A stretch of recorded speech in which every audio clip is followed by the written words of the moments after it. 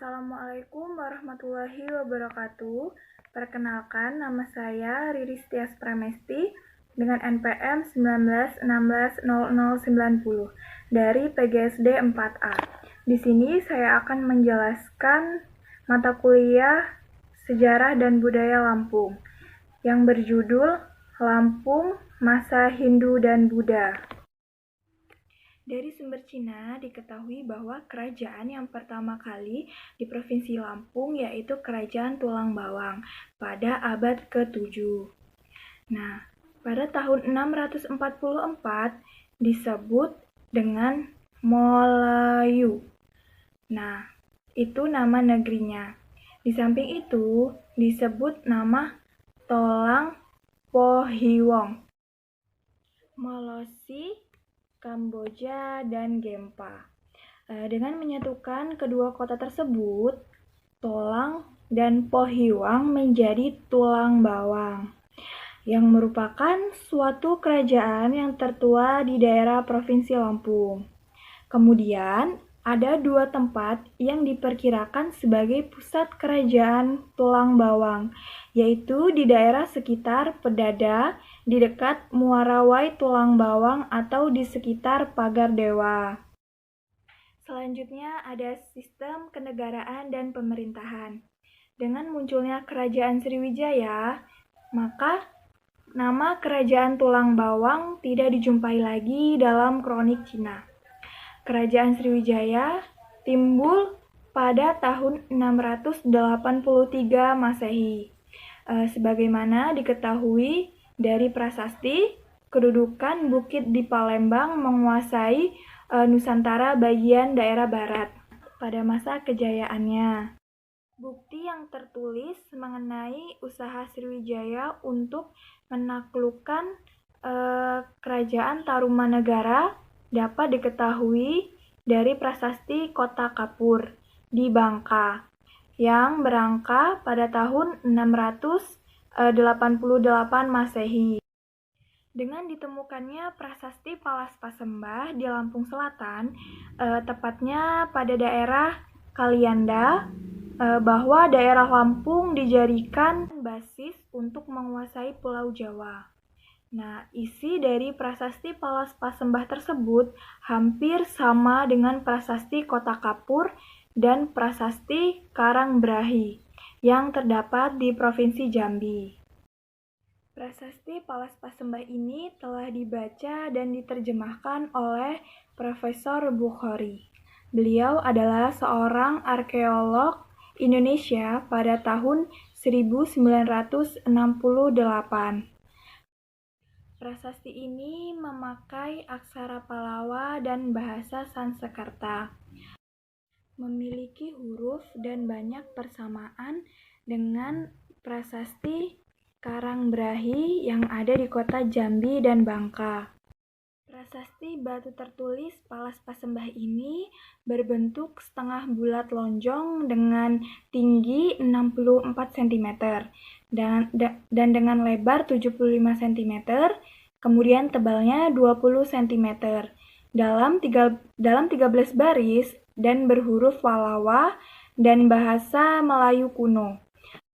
Kemudian, situs Hara Kuning terkenal karena keberadaannya prasasti Hujung Langit yang terletak di Dusun Hara Kuning Jaya, Desa Hanakau, Kecamatan Sakau, Kabupaten Lampung Barat, dengan luas kurang lebih 27 hektar dan dikelilingi oleh parit. Tinggalan di situs ini berupa prasasti dan tinggalan budaya megalitik.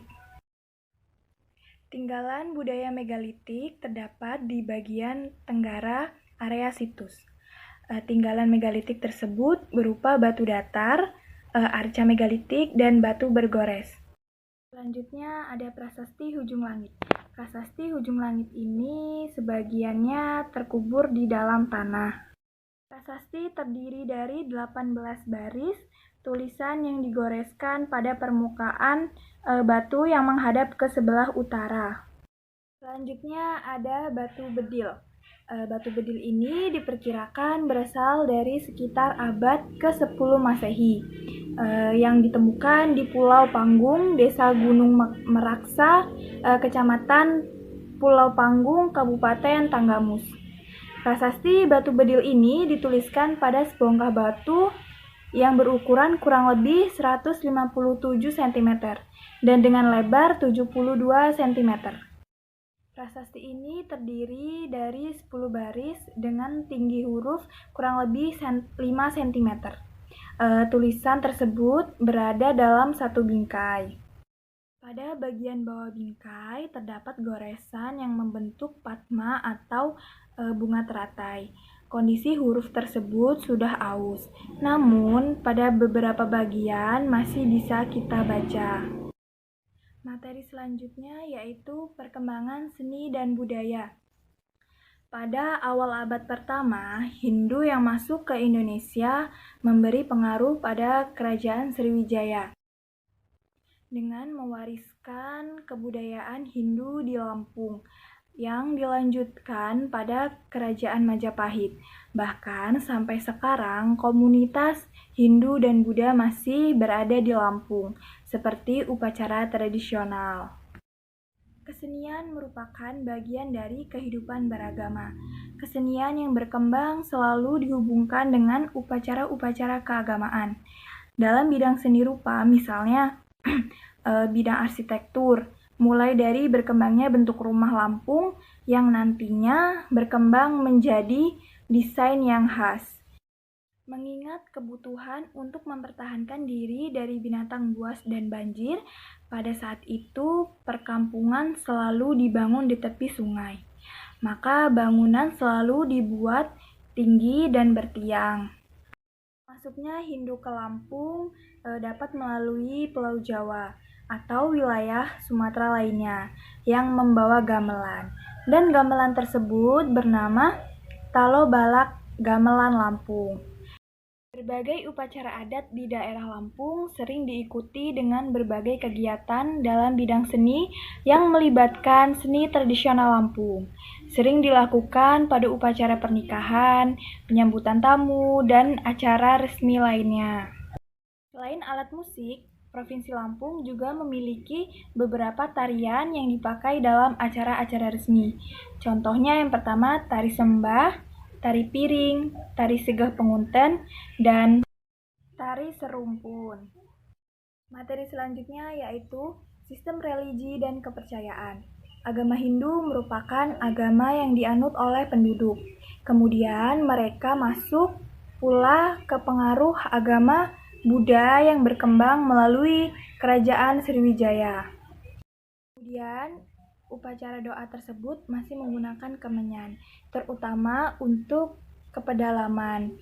Bukti bahwa agama Hindu jauh dipengaruhi oleh animisme dan dinamisme. Baiklah, demikian yang dapat saya sampaikan. Kurang dan lebihnya saya mohon maaf.